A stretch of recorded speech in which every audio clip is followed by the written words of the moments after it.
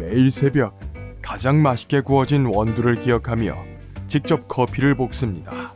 탄자니아, 킬리만자로, 자메이카, 블루 마운틴, 예멘, 하와이 등 다양한 나라에서 들여온 신선한 원두를 정통 직화 방식으로 로스팅해요.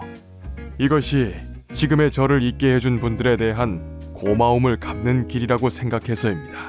가족이 없는 저에게 카페를 찾아와 주신 분들은 형 같았고, 동생 같았고, 누나 같았고, 아버지 같았고, 어머니 같았어요. 커피 한 잔에 바리스타의 감성을 담아 행복을 전달하는 것이 제가 할 수 있는 일이에요. 어린 시절에는 유복하게 자랐어요.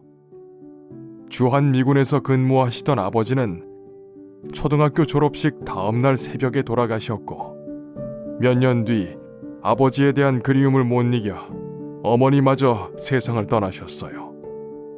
작별 인사를 나눌 겨를도 없이 호련히 부모님을 여의고 세상에 혼자 남게 되었지요. 삶의 긴 방황이 시작되었고, 간절히 잘 살고 싶었지만 또 죽고 싶기도 했어요. 만일 죽게 된다면 다른 나라에서 죽고자 했고, 그렇게 무작정 베트남으로 떠났어요. 그런데 죽기 위해 찾아간 그곳에서 또 다른 삶이 펼쳐지는 것을 보았어요. 베트남에 있는 커피 농장에서 일하게 되었고, 태어나 처음으로 커피나무를 알게 되었어요. 1년 7개월 동안 고랑을 쳐서 커피나무를 심고 옮기는 일, 열매를 수확하여 세척하고 말리는 일 등을 했어요.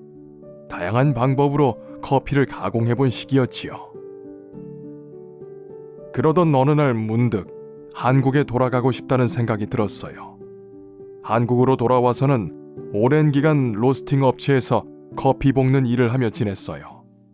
당시 로스팅 업계에는 안식월이 있었는데 몇 개월 열심히 일하고 다음 일이 시작되기 전까지 이탈리아, 스페인, 프랑스 등 유럽의 다양한 나라를 여행했고, 이탈리아 피렌체, 프랑스 파리 등 유럽의 도시를 다니기도 했지요.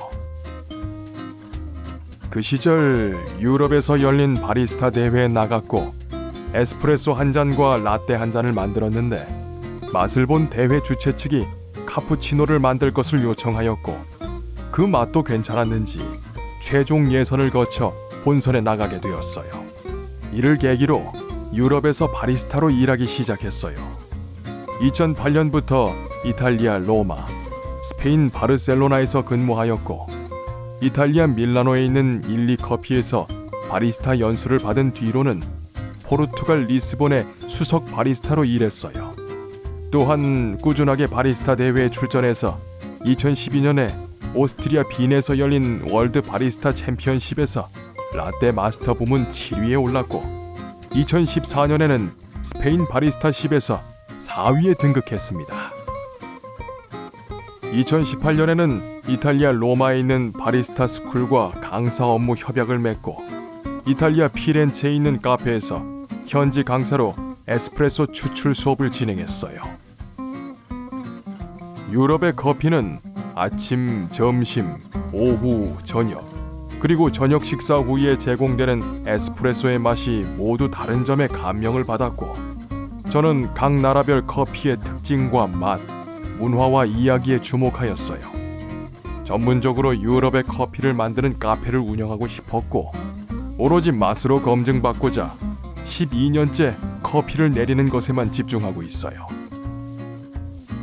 유럽에서 유레일 패스 한 장이면 기차를 타고 다양한 나라에 갈 수 있듯이, 우리 카페에 오면 유럽의 다양한 커피를 만날 수 있어요. 포르투갈 민요인 파두, 이탈리아의 칸초네, 프랑스의 샹송, 스페인의 정열적인 음악과 커피를 통해 유럽의 정취를 전하고 싶어요. 커피 한 잔에 바리스타의 영혼을 넣을 수는 없지만, 원두를 선택하고 추출 방법과 추출 시간을 고려하여 손님에게 각각의 취향에 맞는 커피, 개개인의 입맛에 맞춘 커피를 드리고자 해요. 커피의 첫맛과 끝맛, 느껴지는 뜨거운 감각 등에 대한 손님의 요구가 구체적일수록 커피를 만드는데 희열을 느껴요. 세상에는 이런 맛의 커피도 있다는 것을 알리고 싶어요. 지난 시간을 돌이켜보면 잘 살았다기보다는 열심히 살았다고 생각해요. 다만 부모님께 제가 내린 커피를 드리지 못한 것이 가슴 한편에 안타까움으로 남아있어요. 힘겨웠던 시절을 지낸 사람으로서 누군가의 아픔은 또 다른 나의 모습이라고 여기며 봉사를 시작했어요. 처음에는 한부모 가정 아이들에게 힘이 되어주고자 했고, 이 아이들이 카페에서 아르바이트를 하거나 취업을 하게 될 경우 어디에 가서든 인정받을 수 있도록 커피 내리는 방법 등을 교육했습니다. 우연한 기회에 여러 가지 직업 중에서 외상 후 스트레스에 시달리는 직종이 소방관, 교정직 공무원, 그리고 지하철 기관사라는 것을 알게 되었어요. 그분들이 스트레스에서 벗어나 편안함 누리기를 바라는 마음으로 강연을 하고 있어요. 커피를 내리는 동안 마음의 평화를 지니고 가족과 이야기 나누는 시간을 만들어 드리는 것을 목표로 삼았지요. 유럽에 가면 100년 동안 그 역사가 이어져 내려온 카페가 있어요. 100여 년 전 방식을 고수하며 커피를 만드니 당연히 맛이 있을 수는 없지만 카페만의 정체성을 지키는 점에 매력을 느껴요. 저희 카페도 세월이 가도 변하지 않는 가치를 지녔으면 해요. 세월이 흐른 뒤에 나이가 들어 백발이 성성해졌을 때에도 이곳에서 카페를 운영하고 있을 듯 싶어요. 아빠, 엄마 손을 잡고 카페에 오던 어린이가 자라 친구들과 함께 오는 곳이 되었으면 해요.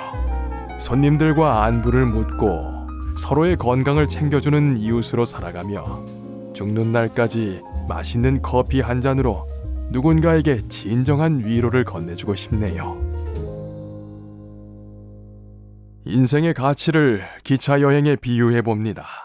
함께 같은 곳을 향해 가다가도 각자의 정류장에서 사람들이 내리는데 언제 어떤 역에서 내렸는지조차 알 수가 없어요.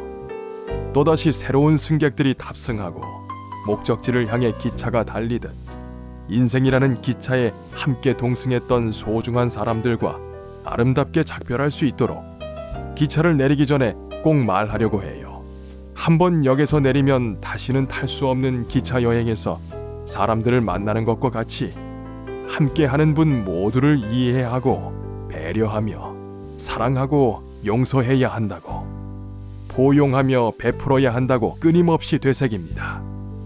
우리의 여행이 쾌적하고 기쁨이 될 수 있도록 매 순간 정성을 다하려고 노력해요.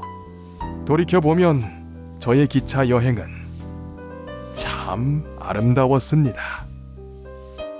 죽을 때까지 커피를 내리겠죠. 왜냐하면 80명은 저희 단골 분들이 오셨고, 그리고 그 자제분들은 한 50대쯤 되셨을 거고. 근데 아마 저는 70 먹으면 70 먹은 대로 그 나이에 맞는 감성의 커피를 내릴 거고, 기운이 없으면 기운이 없는 커피가 나오겠죠. 하지만 아마 그 손님들은 디에고의 경륜을 믿고 맛있게 드실 거라고 생각합니다. 그냥 뭐 기운 빠진 커피일지언정 같이 살아온 그런 삶의 어떤 시간의 라이프가 있으니까 그 속에서 같이 늙어가고 같이 공존하고 같이 숨쉬어온 그런 단골과 그런 바리스타의 어떤 끈끈한 인연으로 그렇게 늙어갈 거라고 생각합니다.